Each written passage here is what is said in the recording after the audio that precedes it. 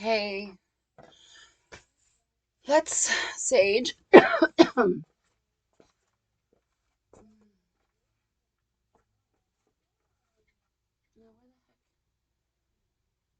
did I put the lighter? I had one down here. It is. Sage our space for our work.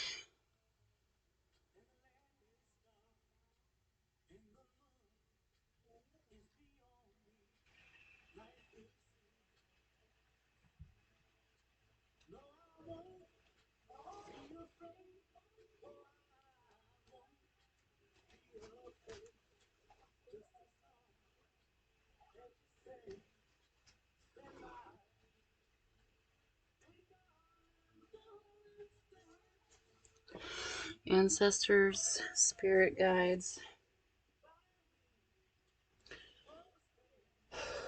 support us in our healing journey. Ward off any negative energies. God, Creator, support us as we heal ourselves and in turn heal the collective.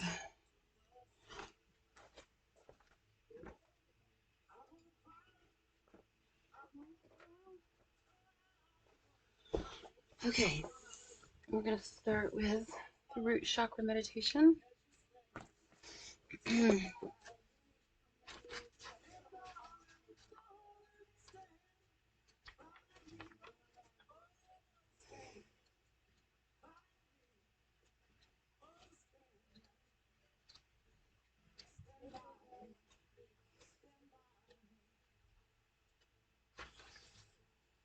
Grounding meditation, here it is. Find a comfortable chair and sit with your back straight and both feet planted firmly on the floor. Take a deep breath. Feel your body expand and contract as you breathe. Feel your legs, your feet, and the floor they are placed on. Feel the solidity of that contact.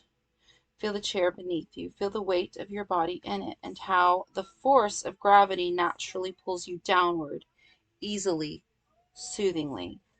Bring your attention to your feet. Ever so slightly press your feet into the floor and feel your legs engage with the earth plane. Do not let this pressure become tension so that the muscles in your legs tighten, but feel a subtle current of energy running from your first chakra down into the earth. Try to keep this current going as we move on to grounding the upper body. As you tune into the weight of your body, you will gradually become aware of a center of gravity at the base of your spine. Feel how your body is now resting on that point and focus on it as if it were an anchor holding you down. When you feel anchored at this spot, you can begin to integrate the rest of your body into the grounding. Tune into your torso, focusing your attention on the central channel of your body. This is not the spine, which is closer to the back of the body, but the part of our internal core that is aligned over our center of gravity. Take a moment to align the top of your head, your throat, heart, stomach, and abdomen, all the other chakras, with the base chakra on which they rest. Take a deep breath.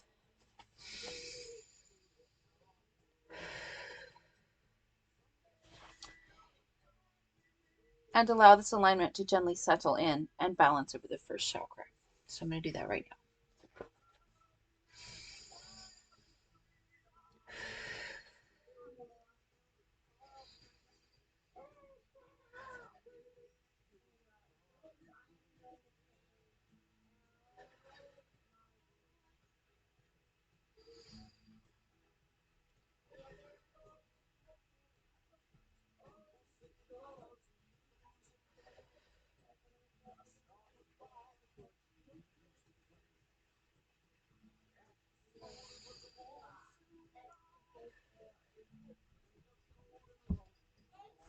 Fabulous. We have now established a vertical column of energy. Imagine this column as a great cord, preferably of deep red color. running from far above your head through the center of your body and down into the ground, passing directly through the empty space between your seat and the floor. Take special time to make sure this cord runs through your anchor point in the first chakra and continues not only to ground, but deep down into it. If you can, visualize it going all the way to the center of the earth with the earth's gravitational field pulling you down to its core.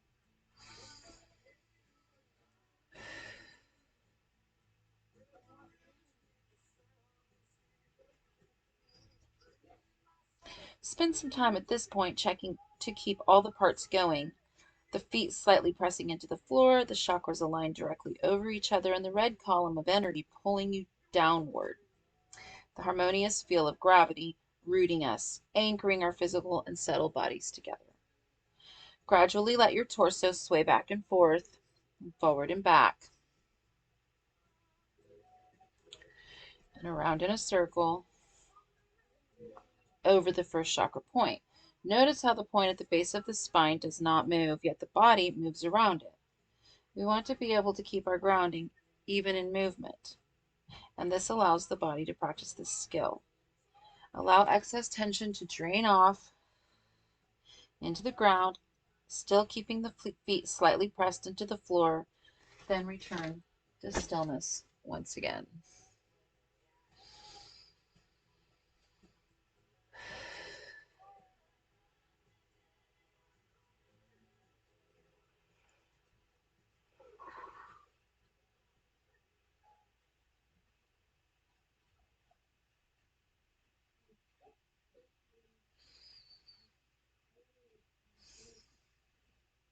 Okay, root chakra exercises.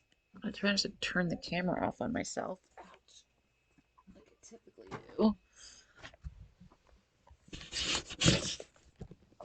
I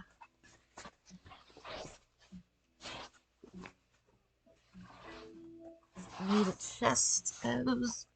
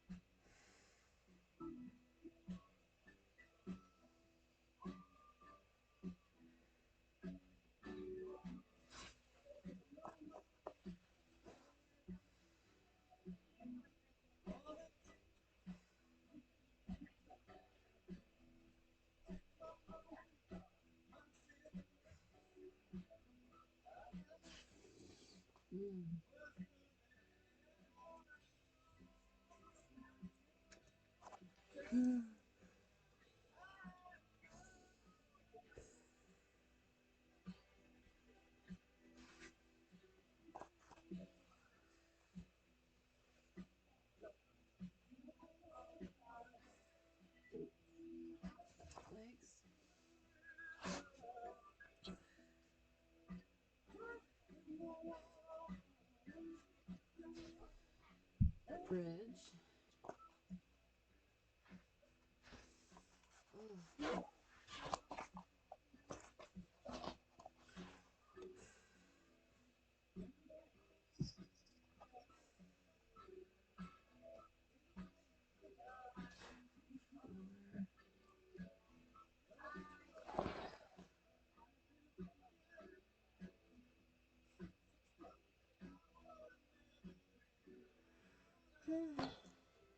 Bridge again.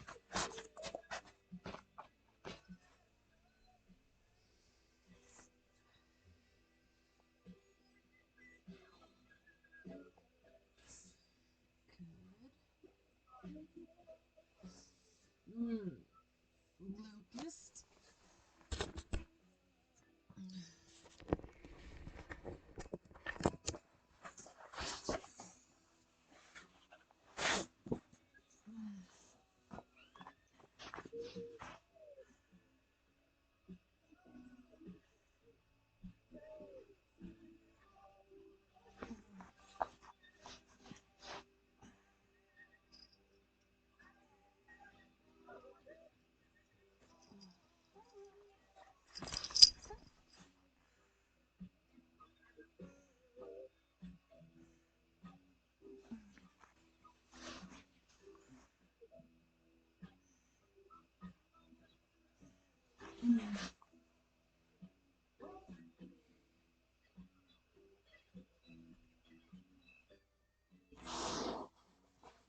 I need to chest. I mean, foot to groin, foot to groin.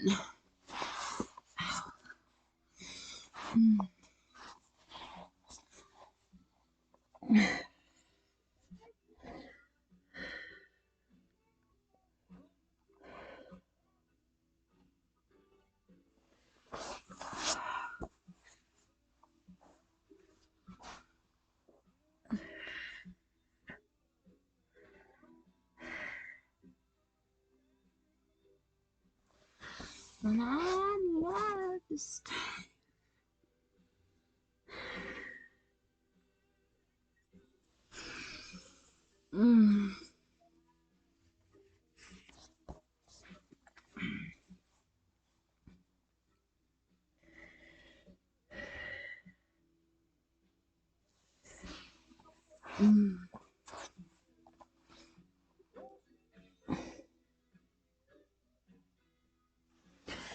All right.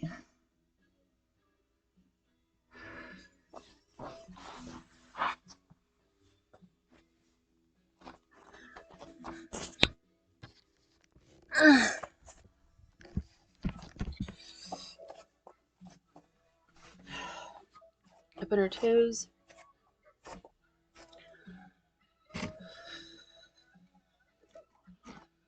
Establishing the energy cord that grounds us. Dropping down. Up.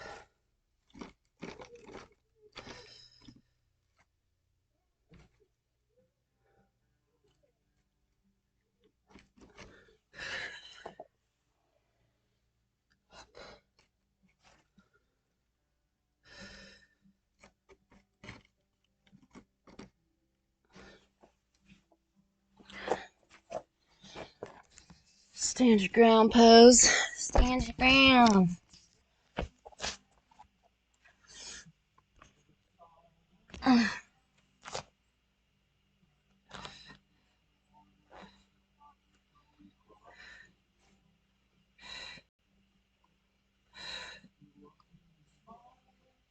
Elephant.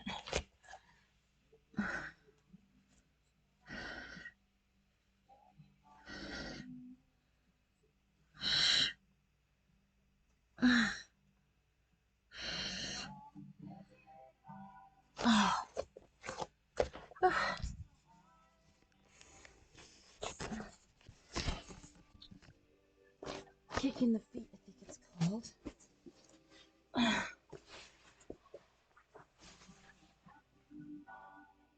Can't really see.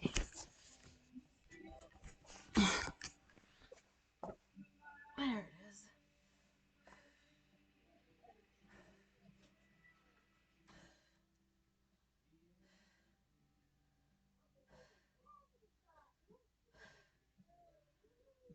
Good. Okay.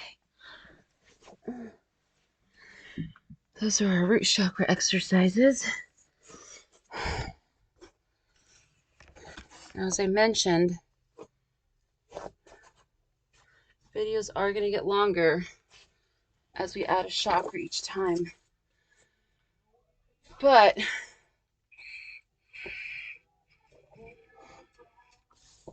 I feel it's necessary. And if you don't like it, you can fast forward. Spectacles. Where are they?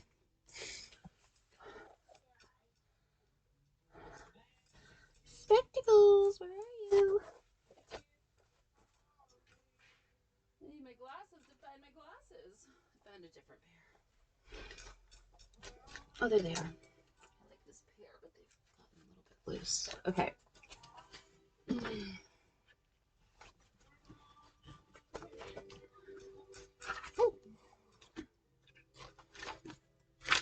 Now, instead of doing the long opening meditation, we're going to do the bathing ritual meditation. We're just going to visualize ourselves. I've done it once in the actual physical. Y'all know. So I'm just going to read it. Water meditation.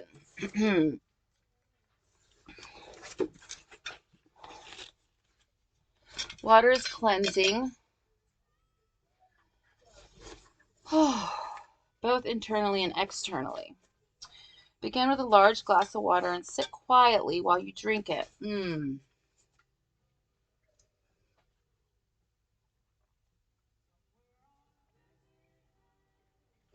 Oh, yeah. Feel it pouring down into your body. Feel the coolness of it in your mouth.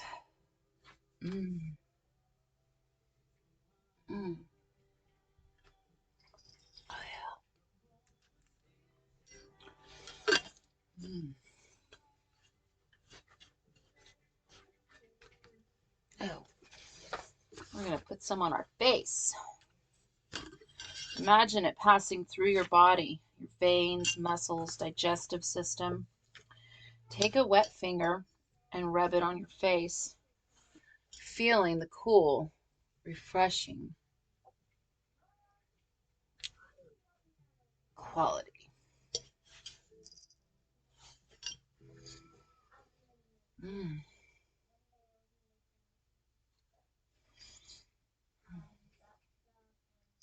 Feels good.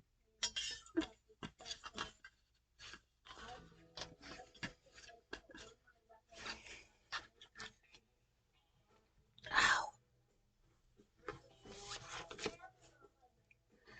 Step 2. The next step is to clean yourself. This is a ritual, water cleansing, and should be both thorough and enjoyable. You can use a shower, a bath, a lake, stream, or even a hot tub.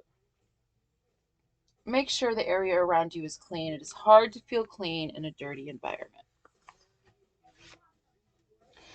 If it is a bath or shower you are choosing, pick your favorite towels, soaps, and lotions and have them nearby. If it is a stream, have a smooth, flat area where you can lie out to dry. If it's a hot tub, arrange for some privacy for yourself afterward. As you soak yourself in water, go through each part of your body saying, "Now my hands shall be clean. Now my feet shall be clean. Now my face shall be clean. Now my neck shall be clean." On and on. Become one with the water. When you are through, visualize the water taking away any negativity you don't want in your life.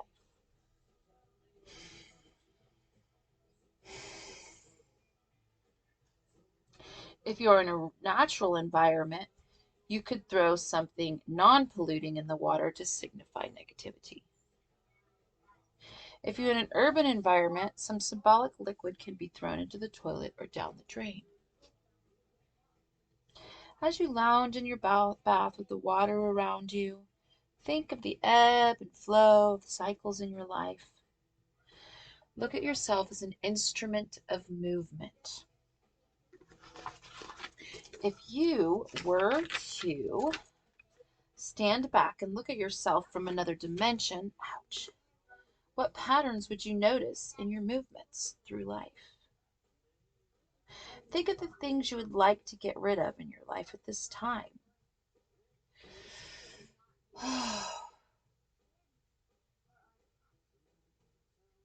Habits, tendencies, hurts, or fears. See them flowing out of you through your grounding cord, like a river flowing out to sea. Imagine the rain coming down and refilling the river with fresh water, replenishing it.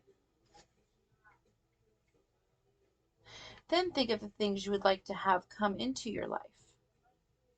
New patterns, people, or events. Imagine a waterfall over your head, pouring these blessings upon you. Feel yourself taking them all in.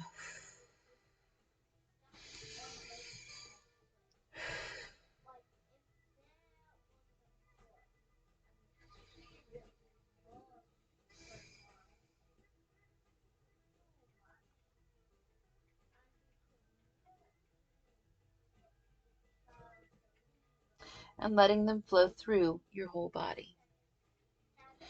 Yamaya is the African goddess of the sea, the Great Mother.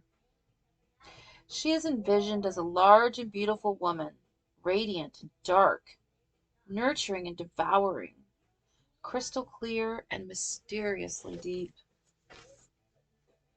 She is the nurturer, the consoler, the healer, the maternal one whose belly is as big as all of life. As you sit in your bath, imagine yourself being rocked and nurtured by this great sea mother. Feel yourself in the womb of the sea of the goddess, about to be born.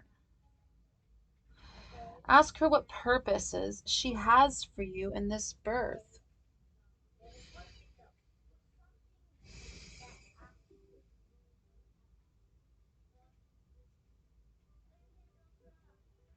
Ask her for help in making your birth smooth and easy.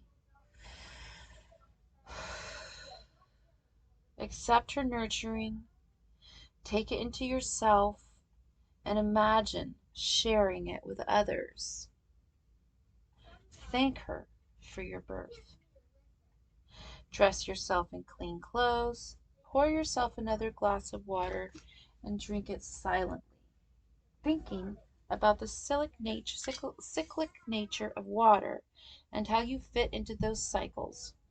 If possible, visit a large body of water soon.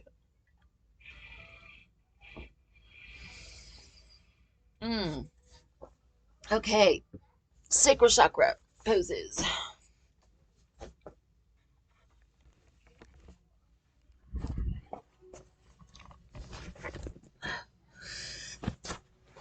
Oy.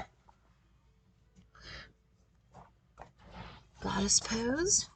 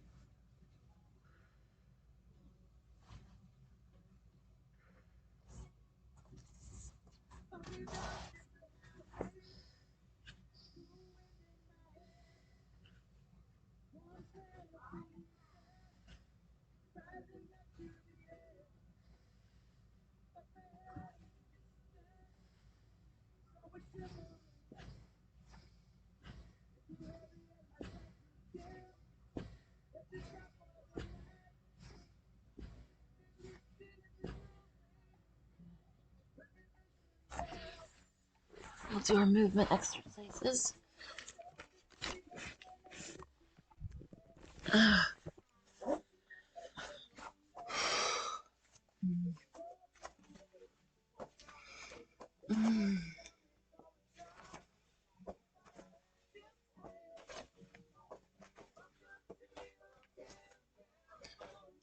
Move those hips.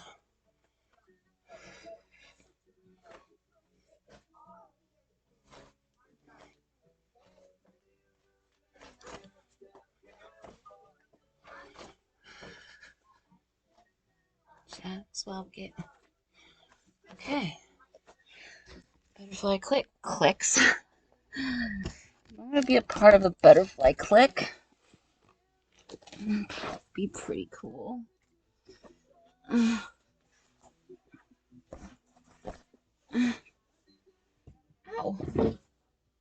My water bottle.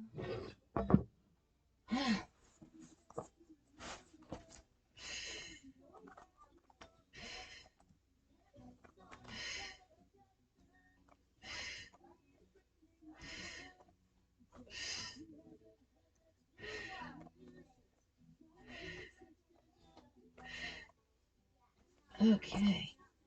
Can't do many of those. Oh.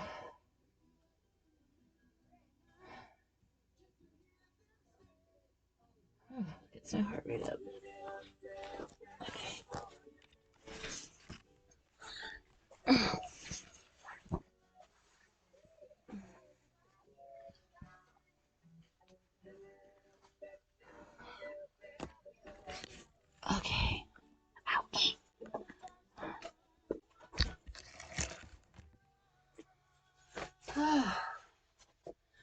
Alrighty. Into our solar plexus meditation. I really like this one.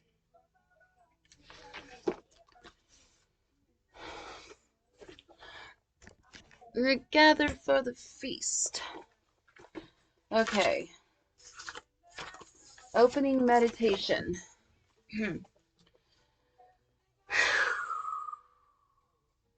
We are still, yet we sense a growing warmth within us. We are alone, yet we sense others around us, longing to break free, longing for warmth and light. There is a form here, but it is empty. There is life here, but it is still. There is awareness here, and it is awakening.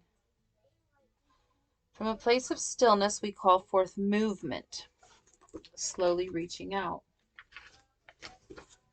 Expanding, breathing, stretching, flowing. Into form, we invoke life. Its spark from the fire of the place between ourselves and others, between past and future, between the known and unknown.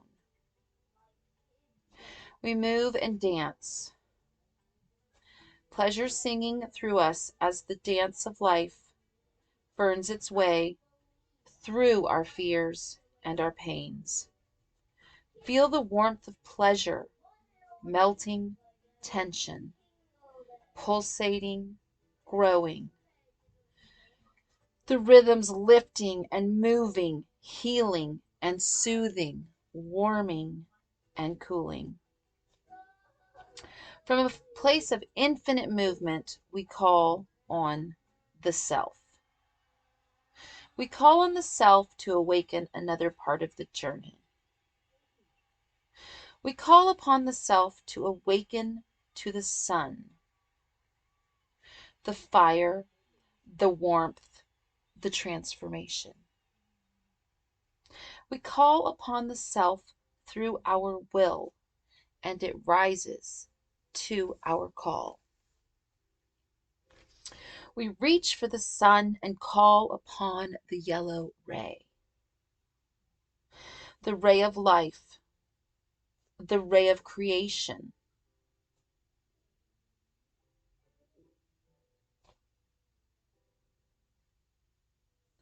The ray of consciousness, the spark of fire. We call upon the flame to burn within us and temper our passions into strength. With strength, we fight the dark, pushing and straining to realize it is a part of ourselves, part of our strength, part of our fear. We laugh and put down the fight, merging, becoming whole, becoming stronger. We pass between the pillars of light and dark, honoring both, and find ourselves in a new and glorious land, a land of bustling activity, teeming with life, sparkling like stars with shining rivers of light reflecting the sun.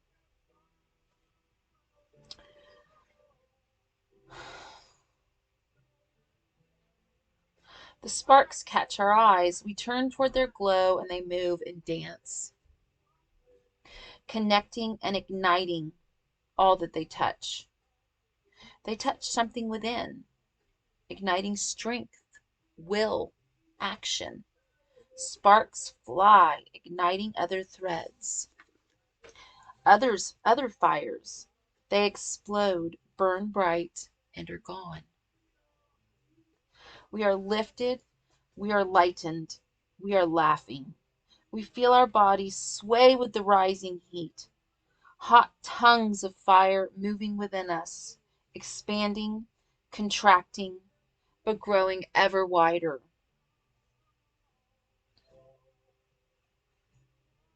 Yet returning always to its source, within us. Our body's now burning, radiating heat and light and strength and will. Power pulsating through us, from above, below, around, and running through, transforming all that is within and without, our bellies bursting with joy. Feel this energy deep within your body, burning with the fire of your own life. Feel it pushing deep into the earth, down through the earth, to the hot molten center of the earth. Feel it return from the earth, rising up from the heat below, through your legs, through your pelvis, your belly, moving up through your body, through each of your part of your body, your arms, your hands, your chest, your neck, your head. Feel it flowing out of you, connecting with other sparks, filaments of energy, other fires of life. Feel it connect with the thoughts inside you, your constant sparking of neurons, interconnecting filaments of energy, lines of thought, patterns in a web, ebbing and flowing, and pulsing flames, burning with a glow of activity. You are now a vital intersection of energy, merging, combining, exploding, radiating.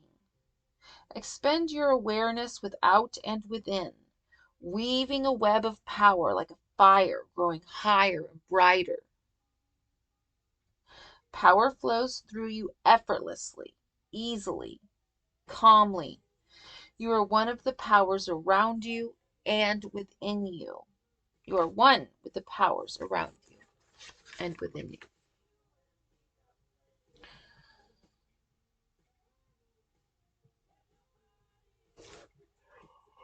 Oh, story. Think of the times when you knew this power, times when you felt this connection, vitality, importance, and strength. Think of the times power flowed through you, like warmth from the sun. Think of those times and feel them now. Feel your body radiate their purpose. Dance with their majesty. Sing with their strength. In this fiery world of activity, you are a channel for power around you. You open to it. You burn with it. You drink it in, and you pass it on. Easily, effortlessly, willingly, joyfully. Your power peaks and returns, feeding the fire within. A molten core feeding your body, silently charging, ready to expand again when your next purpose calls. The fire has burned high, and the coals now glow with warmth. Exhilarated, your body relaxes. A smile plays on your lips. Your hands are at peace with the strength they have carried, and you again return to the gentle breathing. In, out. In, out. In, out. Satisfied, you rest. Okay, today we're going to read about power. Power. The power of open systems is not a property one can own, but a process one opens to. We have stated that power is directed energy.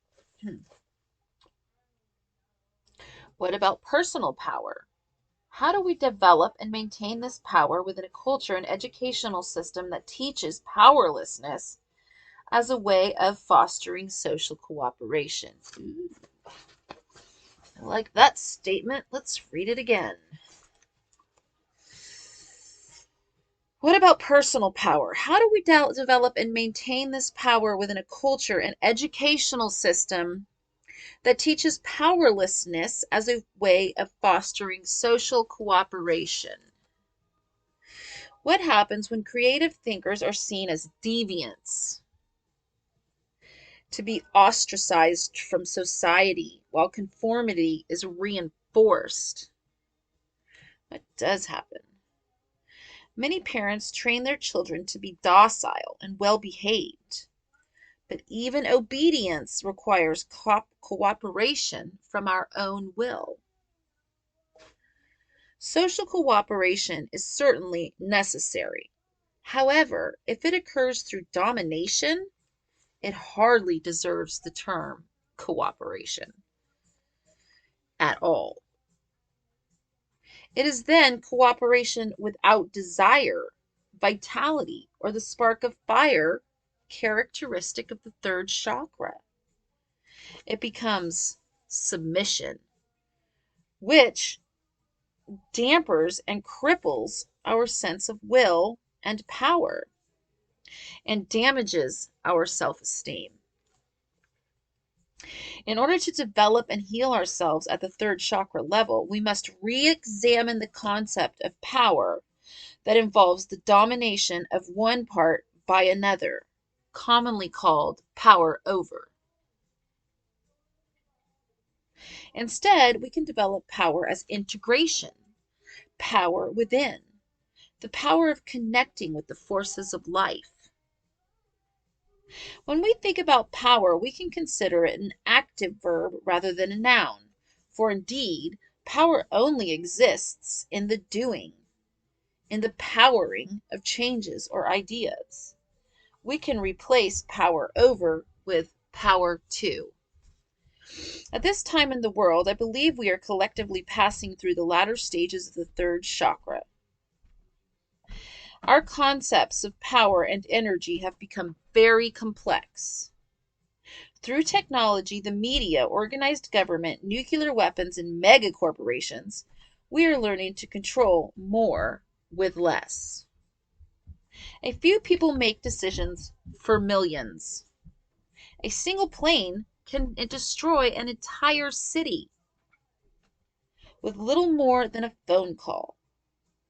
Most life on the planet could be annihilated.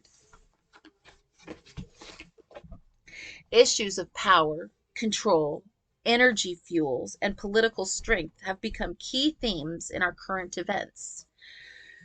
We have come a long way from iron superheads to nuclear warheads. Yet the disease of power used for control and domination has remained.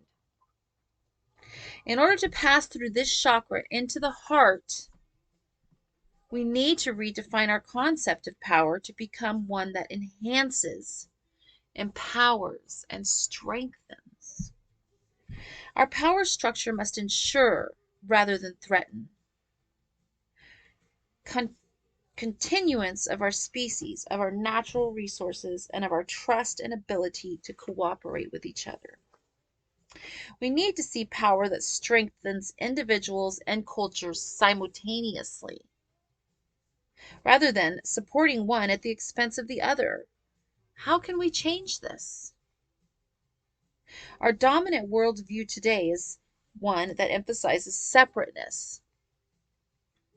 Our sciences have looked at nature in reductionist terms, dissecting matter into smaller and smaller units. Western medicine treats the body as a collection of separate ailing units rather than seeing the mind-body as a whole. It's true, they do that.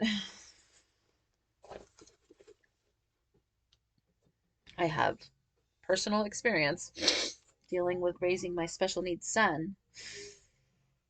We look at people, countries, land, cultures, and races all as separate, isolated building blocks to be counted and carried, coordinated through control rather than natural order.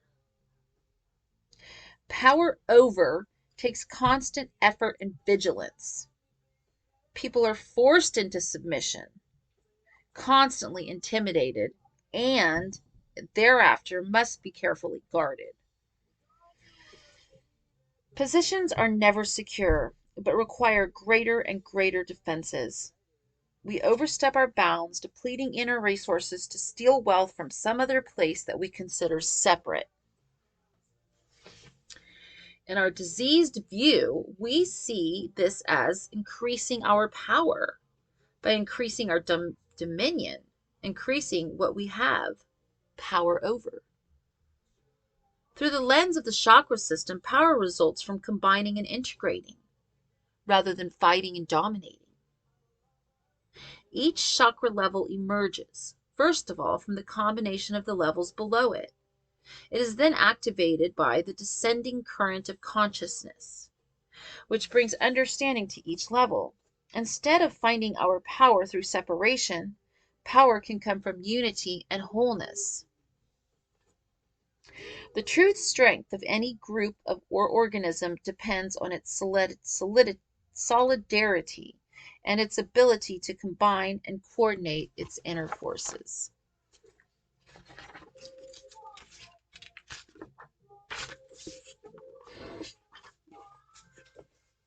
The strength of our planet will depend also on our ability to combine diversity and make something new out of the whole. Evolution, like the progression through the chakras, is a constant process of reorganization to more efficient levels, but always through an incorporation of what has become before. To focus on differences is to polarize, to separate and estrange. To focus on unity is to strengthen. When our world is ruled by strangers, we only see through machines.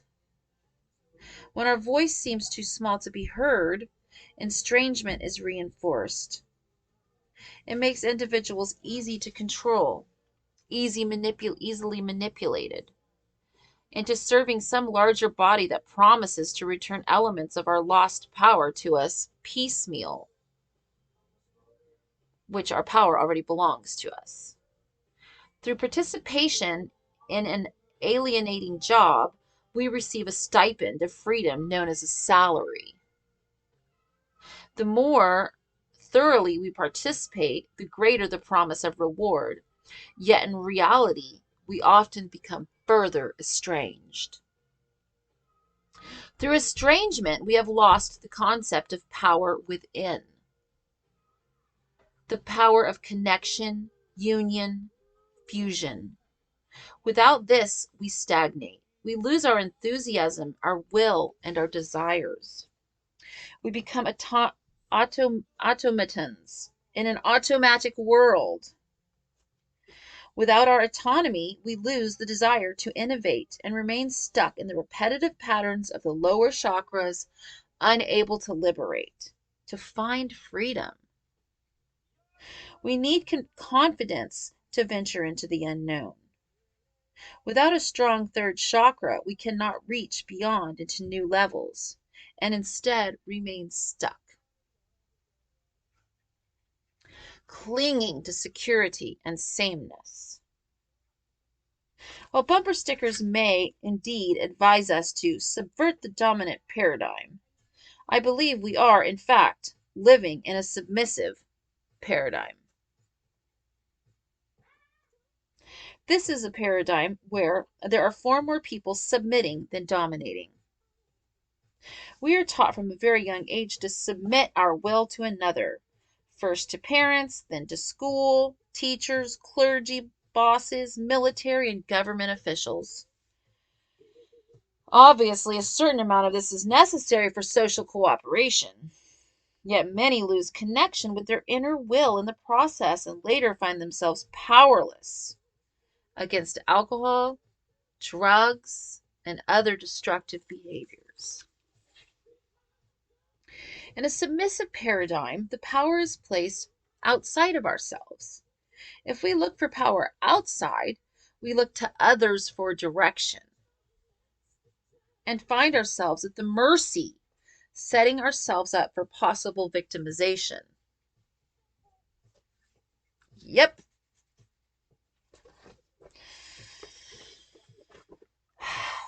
I know that firsthand. So does my son. With an absence of power within, we may constantly seek stimulation, excitement, and activity, afraid to slow down, to feel the emptiness inside. We engage in activity as a way of getting acknowledged by others, of being seen, of a way of having our ego strengthened. We may seek power for the sake of ego rather than for the ability to better serve the larger whole. Power without purpose is mere whim, sometimes even dangerous. Power is dependent on energy, just as survival is dependent on matter and sexuality on movement. Power, from the Latin podere, to be able, has the same meaning as Shakti, from the root of shak, to be able. Shakti is our primordial energy field, ignited and given form of the spark of Shiva. And electricity must be directed through the wires in order for its power to be utilized. So must our life energy be directed by consciousness before we can make use of it with any true sense of power. Our cells metabolize and produce energy with little or no conscious direction from us. To have power, however, we need to be conscious. We must understand the relationships between things. We must be able to perceive and assimilate new information, to adjust our actions for maximum effect. We must be able to create and imagine events outside of the present time and space. We must have knowledge, memory, and reasoning ability. Power, then, is equally dependent on the upper chakras, though not at the expense of our loved ones. Oh, not at the expense of our lower ones or our loved ones. As we grow toward a greater understanding of consciousness and the spiritual world, we find that we will indeed evolve our concepts of power. This evolution will come from within each of us, from our core, our roots, and our guts, as well as our visions, our creativity, and our intelligence. Our future depends on it. Okay, tomorrow we will record and I will read about will.